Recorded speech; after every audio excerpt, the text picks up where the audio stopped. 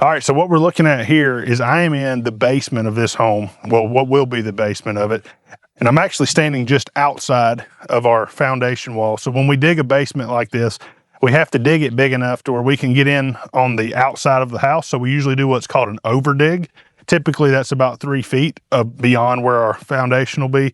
So I'm standing just outside the footing. And what I was wanting to show you is, as I've mentioned before, we want to get past our organic soil, past our topsoil layer, and into undisturbed dirt. So we're going to have a wall that is roughly 11 foot tall with our foundation wall. That'll be able to give us a nice finished basement height we like to have it at about 10 feet if possible. So when we set our floor system, it'll give us a nice finished out height that feels comfortable. But if you look behind me, we've only got about a foot, maybe 16 inches of soil on this particular lot before we hit rock. So we're having to not only dig down, but we're having a jackhammer to get our elevation down on our house, so we can have that nice walkout basement to see the view that we're wanting to have there. This will also create an issue in some cases where there's water that seeps out from in the rocks. It'll find little cracks and crevices like you can kind of see over here. This has got some cracks in it and a little crevice that's inside that big rock.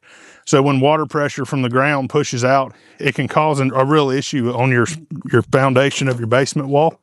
So we'll have to put French drains behind this anyway, just so that we have water that could seep through the ground. But especially when you're dealing with something with this much rock, we're probably going to be dealing with more water than we typically would.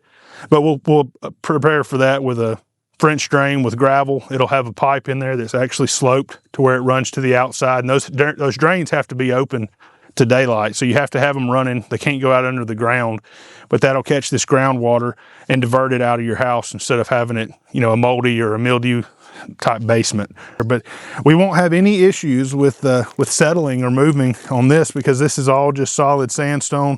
We've chiseled out our foundation into this, and this is one of those things that nobody would know that this is what we're getting into unless you do like some major soil testing until we start actually digging for the foundation. But you don't want to put it where all the roots and all that's at, because that'll end up rotting and decaying and you'll have issues down the road. You want to build your house on the rock, which is what we have right here.